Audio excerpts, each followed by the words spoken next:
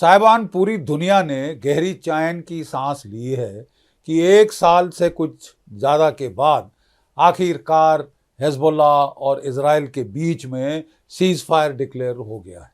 ये 60 दिन का सीज़ फायर है और इसके तहत जो हिजबुल्लाह की फ़ौजें भारी वेपन्स, रॉकेट्स, मिसाइल्स वगैरह सब उसे लेकर लितानी नदी के नॉर्थ में जाना होगा और जो लेबनान की फ़ौज है वो ये बॉर्डर डिस्ट्रिक्ट्स में आ जाएगी, जो कि यूनाइटेड नेशन के मिलिट्री ऑब्जर्वर्स वगैरह हैं और पीस कीपर्स हैं, उनके साथ मिलकर वो बॉर्डर को पेट्रोल करेंगे और सुरक्षित रखने की कोशिश करेंगे। याद रहे साहिबान, ये जो 2006 में यूएन सिक्योरिटी काउंसिल की रेजोल्यूशन थी 1701, ये बिल्कुल उसके तहत उसको मतलब दोबारा इन्फोर्स लाने की कोशिश की गई है। उसके तहत हिजबुल्लाह को नहीं आना चाहिए था लितानी के दक्षिण में, लेकिन सब जानते हैं वो I and the rest is history. तो ये सीज फायर साहब कैसे पॉसिबल हुआ? सीधी बात है कि जो बाइडेन साहब गुहार लगा रहे थे cease fire cease fire cease fire, कई महीने बीत गए उनको गुहार लगाते हुए, लेकिन नेतन्याहू ने उनकी एक ना सुनी और वो चढ़ बैठा। वो उसने जब हमास को डिग्रेड कर दिया गाज़ा में, तो उसने कहा कि ये मौका है मैं चढ़ जाऊं हिजबुल्लाह के ऊपर। देखिए, असली बात यह है कि हमेशा हिजबुल्लाह इजराइल की मेन टारगेट रहा है, मेन थ्रेट उसको वो करार हमेशा देते हैं और देते रहे हैं। तो इसके चलते उनका इंटेलिजेंस कवरेज, उनकी कंटिंजेंसी प्लानिंग हिजबुल्लाह के लिए बहुत ही एडवांस स्टेजेस में थी, बहुत ही मुफीद थी, बहुत ही इफेक्टिव थी। वो हमास से लड़ने को तैयार नहीं थे, दे वर टेकन बाय सरप्राइज। चौंका दिया 7 अक्टूबर के हमले ने उनको, और वो मतलब 1 साल के ऊपर लगा, 1.5 साल तकरीबन हो रहा है जब वो काबू पाते पाते हमास के ऊपर। लेकिन हिजबुल्लाह को तो उसने कुछ हफ्तों में धराशायी कर दिया, क्योंकि पहले से बहुत भारी तैयारी थी साहब, इंटेलिजेंस पेनिट्रेशन पूरी थी। वो टॉप लीडरशिप को तो डेसिमेट कर दिया many times over. Top 7 commander मारे गए, नसरल्लाह मारा गया, नेक्स्ट फॉर मारा गया, उसके नेक्स्ट फॉर मारा गया। मतलब वहाँ तो फिर पेजर अटैक, फिर वॉकी टॉकी अटैक, उन्होंने तो जो उनकी टॉप लीडरशिप थी उसको तो धराशायी कर दिया साहब। और फिर वो प्रीएम्प्टिव अटैक्स किए उनके मिसाइल रॉकेट भंडारों पे, लॉन्चिंग साइट्स पे, लॉन्चर्स पे, और बड़ा नुकसान पहुंचाया। और काफ़ी कैपेबिलिटी, कोई 1.5 लाख रॉकेट्स और मिसाइल कहा जाता था कि आर्सेनल था हिजबुल्लाह के पास, कई वर्षों से वो बना रहा है ऐसा आर्सेनल। तो अटकलें लगाई जा रही थी कि साहब ये तो 1,500, 2,000, 3,000 मिसाइल प्रतिदिन रॉकेट और मिसाइल फायर करेंगे, लेकिन साहब वो 100-200 के ऊपर नहीं जा सके, maximum 300। That's it, because Israel ने प्रीएम्प्ट कर दिया सारा। मोस्ट इफेक्टिव ऑपरेशन, मतलब दाद दी जानी पड़ेगी इजरायली हाई कमांड को, इजरायली मिलिट्री प्लानिंग को, कि उन्होंने बिल्कुल हफ्तों के अंदर धराशायी कर दिया, थरली डिग्रेड कर दिया हिजबुल्लाह को। यहाँ तक कि मतलब हिजबुल्लाह की त्राही माम जब शुरू हुआ तो उनको अपने आका ईरान की तरफ मुंह मोड़ना पड़ा कि कुछ करो, मुझे बचाओ मेरे आका।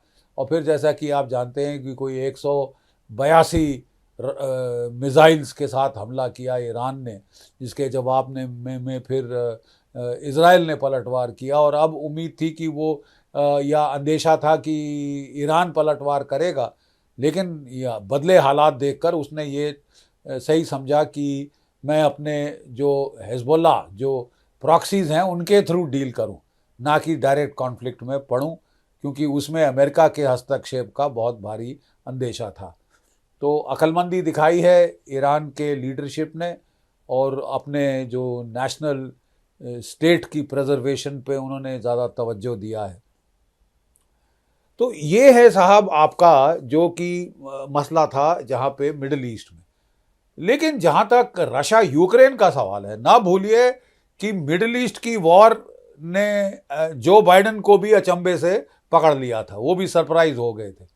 वो यहाँ प्लान करके नहीं आए थे, लेकिन उनको जबरन मजबूरन आना ही पड़ा। ठीक है साहब। लेकिन जो रशिया यूक्रेन वॉर है, that was a war of choice, proxy war of choice for जो बाइडन। वो तो शुरू से प्लानिंग करके आए थे, जब से वो वाइस प्रेसिडेंट थे, वो तिल मिला रहे थे कि ओबामा साहब तवज्जो नहीं दे रहे हैं, जो एरिया मेरे चार्ज में है, जो कि रशिया यूक्रेन का एरिया है, जहां मैं तबाही गफलत फैलाना चाहता हूं, वो लड़ रहे हैं अफगानिस्तान में। और उस वक्त मेन वॉर अफगानिस्तान थी, तो क्वाइट ऑब्वियसली जो प्रेसिडेंट ओबामा थे, उनके मिलिट्री स्टाफ्स थे, वो अफगानिस्तान पे फोकस कर रहे थे कि ये लड़ाई लड़ी है तो जीतनी चाहिए। तो जिस दिन जो बाइडन साहब प्रेसिडेंट बने, तो पहला आदेश उन्होंने ये दिया कि साहब get the hell out of Afghanistan. तो दुनिया बड़ी खुश हुई कि अब ये चाह रहे हैं कि ये कॉन्फ्लिक्ट्स को टैंप डाउन करे। टैंप डाउन शैम्प डाउन भी डैम साहब, वो इसलिए अफगानिस्तान की वॉर तुरंत बंद करना चाहते थे डे बिफोर येस्टरडे कि साहब मेरे को तो लड़ना है रशिया के साथ यूक्रेन में, don't distract me, don't divert me, you don't F around with me. उन्होंने बोल दिया मिलिट्री स्टाफ को बड़ी खुंदक में दांत पीस के। और जो उनके माइली साहब थे चीफ ऑफ स्टाफ, वो सारा यस बॉस बोले और उन्होंने आदेश दिए कि निकलो बाहर अफगानिस्तान से, भाड़ में जाए पीस एंड सिक्योरिटी, भाड़ में जाए हमारे लोगों की, सिविलियंस की सुरक्षा, पहले फौज को हटा लो, क्योंकि और प्रेसिडेंट साहब का आदेश का पालन हो। आदेश का पालन हुआ, गदर मच गया, दुनिया के सामने तमाशा बन गया अमेरिका की फौज का। यहाँ तक कि डोनाल्ड ट्रंप साहब कह रहे हैं मैं तो एक्शन लूँगा उन ऑफिसर्स का जिन्होंने इस प्रकार की यस बॉस अनप्रोफेशनल एटीट्यूड दिखाया। तो खैर उन्होंने पिवट फ्रॉम एशिया तो करके पिवट बैक टू यूरोप कर दिया, रूस को अपना मेन एनिमी करार किया और उसको आँख में इतनी उंगली करी कि जब तक कि वो परेशान होके उसने हमला नहीं किया। उस वक़्त भी लोग कह रहे थे कुछ नहीं करेगा, कुछ नहीं करेगा, गीदड़ भभकी दे रहा है, उसने कर दिया साहब।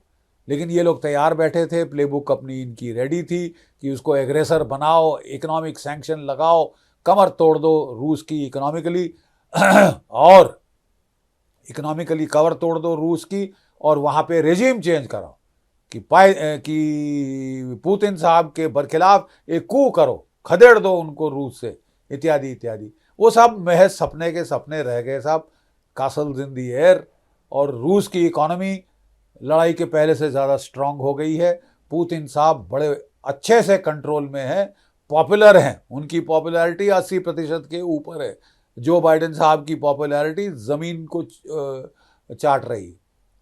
तो खैर ये जो उन्होंने रशिया यूक्रेन वॉर शुरू की, ये उनकी वॉर ऑफ चॉइस है। मिडिल ईस्ट में वो सीज फायर चाहते हैं, पीस चाहते हैं, क्योंकि वो जानते हैं कि डोनाल्ड ट्रंप जो है बहुत एंटी ईरान है, बहुत प्रो इजराइल हैं। तो वहाँ वो बिल्कुल विपरीत एजेंडा कर रहे हैं कि यहाँ अगर ये लड़ना चाहते हैं तो यहाँ मैं शांति कराऊंगा, और रशिया यूक्रेन में जहाँ वो शांति कराना चाहते हैं ट्रंप साहब, मैं वहाँ पे ऐसा स्टिर करूंगा द पॉट कि वहाँ पे साहब थर्ड वर्ल्ड वॉर शुरू हो जाए। और मैं तो न्यूक्लियर हथियार देने की बात कर रहे हैं जो बाइडेन साहब यूक्रेन को। इससे ज़्यादा नुस्खा नहीं है खतरनाक पूरी वर्ल्ड वॉर 3 छेड़ने का, न्यूक्लियर वॉर छेड़ने का। न्यूक्लियर हथियार आप दें ज़ेलेंस्की जैसे वानर को, तो वो तो साहब जो हथियार आप दे रहे हैं वो दाग रहा है रूस की तरफ। आप उसको हथियार देंगे वो ताबड़तोड़ दागेगा रूस की तरफ कि सोचूंगा बाद में, पहले मैं कर तो दूं, मैं दुनिया को दिखाऊं मैं कितना टार्जन हूं। और इसके चलते साहब आप दुनिया का सर्वनाश करा देंगे, सर्वनाश करा देंगे। ये बहुत ही खतरनाक है। देखिए लेफ्टिनेंट जनरल फ्लिन साहब जो कि डोनाल्ड ट्रंप साहब की पहली टर्म में उनके नेशनल सिक्योरिटी स्टाफ में थे, उन्होंने कहा है कि जो बाइडेन को इम्पीच करना चाहिए, क्योंकि ये ट्रांजिशन पीरियड का फ़ायदा उठा के वो सारी जो पॉलिसीज़ हैं नए प्रेसिडेंट साहब की, जिसके दम पे वो इलेक्ट हुए हैं, जिसके लिए अमेरिका के आवाम ने उनको चुना है कि हम शांति चाहते हैं, हम ये वॉर्स को बंद कराना चाहते हैं, वो उसमें साहब ऐसे अड़ंगे लगा रहे हैं कि साहब वॉर ख़त्म, मैं तो थर्ड वर्ल्ड वॉर और न्यूक्लियर वॉर शुरू करके जाऊंगा। और ये बिल्कुल ही मतलब वो तो पगला से गए हैं, सटिया से गए हैं। और जिस बंदे को देखिए, जब जब डोनाल्ड ट्रंप और इनकी डिबेट हुई थी, तो साहब उस वक्त लोग अमेरिका के हक्के बक्के रह गए। जब उन्होंने डोनाल्ड ट्रंप की एक साथ जो डिबेट हुई, उसमें दयनीय हालत देखी बाइडेन साहब की कि ये तो कॉग्निटिव डिक्लाइन इतना गहरा हो चुका है कि इनको कुछ याद नहीं रह रहा, ये ठीक से सोच नहीं पा रहे, और इतने वरिड लग रहे थे बेचारे उस वक्त की दया आ रही थी इनके ऊपर। तो लोगों ने बोला साहब आप प्रेसिडेंट के लिए फिट नहीं है, आप अगले प्रेसिडेंट से स्टेप डाउन करें, अपनी नॉमिनेशन को हटाएं और अपनी वाइस प्रेसिडेंट कमला हैरिस को लड़ने दें। तो बहुत किकिंग एंड स्क्रीमिंग, बड़ी मुश्किल से उनको हटाया गया साहब। लेकिन जब हटाया गया तो इसलिए हटाया गया कि उनकी कॉग्निटिव हालत, दिमागी हालत बहुत कमजोर थी। लेकिन साहब अब वो 2 महीने तक ट्रांजिशन पीरियड में वो तो कह रहे हैं कि साहब अब मेरा क्या कर लेगा कोई, खत्म, मेरी लास्ट टेन्योर है, मेरा प्रेसिडेंशियल टेन्योर खत्म, और मैं उसको खत्म करना चाहता हूं महायुद्ध के साथ, न्यूक्लियर वॉर के साथ, आर्मागेडॉन के साथ। आप वाकई सटिया गए हैं क्या? आप वाकई पगला गए हैं क्या? ये थर्ड वर्ल्ड वॉर करना, मैं करोड़ों अमेरिकन को मरा दूंगा, क्या फर्क पड़ता है? करोड़ों यूरोपियन मर जाएं, क्या फर्क पड़ता है? दुनिया एटॉमिक क्या कहते हैं बवाल में जल जाए, क्या फर्क पड़ता है? क्या फर्क पड़ता है? दुनिया का अंत कर देंगे, ये पागलपना है आपका? आपके महज पागलपने के लिए दुनिया अपने आप को सुसाइड, न्यूक्लियर सुसाइड करे? बड़ा खतरनाक मामला है साहब, खासकर ये प्रपोजल कि मैं तो न्यूक्लियर हथियार दे दूंगा उसको। बट थैंक गॉड कम से कम मिडिल ईस्ट में तो ये पीस लाए हैं। और लोग तो इजराइल के प्रधानमंत्री नेतन्याहू जी को बोल रहे हैं कि साहब आप क्यों माने, इसने क्या किया है, ये तो बहुत हॉस्टाइल रहा है इजराइल के बरखिलाफ। इसने तो नेतन्याहू साहब को, योव गैलेंट साहब को इंटरनेशनल कोर्ट में क्रिमिनल करवा दिया है ताकि उनको अरेस्ट किया जाए जहां भी किसी और यूरोपीय देश में जाते हैं। तो ये तो बहुत हॉस्टाइल था इजराइल के बरखिलाफ। तो उन्होंने कहा था आपको होल्ड करना चाहिए था, सीज फायर नहीं करना चाहिए था जब तक कि डोनाल्ड ट्रंप नहीं आते। लेकिन जब तक डोनाल्ड ट्रंप आएंगे ये सीज फायर ख़त्म हो चुका होगा, और उसके बाद देखना है कि ये जाता किस दिशा में है। मेरे पर्सनल अंदाज से डोनाल्ड ट्रंप के सामने जो बड़ी जंग है वो है डीप स्टेट से लड़ने की। ये बड़ी भारी जंग होगी साहब, छोटी मोटी लड़ाई नहीं होगी। पुतिन साहब तो उनको कह रहे हैं कि आप संभल के रहें, आप बच के रहें, क्योंकि ये डीप स्टेट आपको असैसिनेट करने की भी कोशिश कर सकती है, किसी भी हद तक जा सकती है, किसी भी हद तक ये डीप स्टेट जाने को तैयार है। तो आपको जो है साहब वो आपको संभल कर रहना चाहिए, एहतियात बरतनी चाहिए। और ये जो डीप स्टेट के चलते अब डोनाल्ड ट्रंप साहब की जो मेन युद्ध होगा वो एक तो इकोनॉमी को ठीक करने का होगा, क्योंकि अगर डेमोक्रेट्स हारे तो इकोनॉमी की वजह से हारे। फूड ऑन द प्लेट नहीं आ रही थी मिडिल क्लास हाउस होल्ड्स में, lower middle class house hold में घर नहीं खरीद पा रहे थे, हाउसेस की प्राइसिंग आसमान पे चढ़ गई थी, गैस की प्राइसेस बढ़ रही थी, और इस जो है इकोनॉमिक प्रॉब्लम्स और के चलते जो डेमोक्रेट्स थे वो बुरी तरह पिटे इलेक्शंस के अंदर। तो डोनाल्ड ट्रंप को पहले तो इकोनॉमी फिक्स करनी होगी, उनको डीप स्टेट को आड़े हाथ लेना होगा। ये वो डीप स्टेट जो उनकी असैसिनेशन, उनको जान से मारने तक जा सकती है। तो मैं नहीं समझता वो चाहेंगे कि मैं यूक्रेन में भी लड़ूं, मैं मिडिल ईस्ट में भी लड़ूं, मैं चीन से भी लड़ूं और मैं घर में भी लड़ूं। तो वो पहले तो कंसोलिडेट करना चाहेंगे डोमेस्टिकली। उसके लिए I am very certain he would like to have peace and quiet on the external front so that he can consolidate the domestic front first economically, in rebuilding capacities of America, खासकर ammunition stockpiles, ballistic missile stockpiles of anti-ballistic missile, surface-to-air missile, modernizing the nuclear arsenal।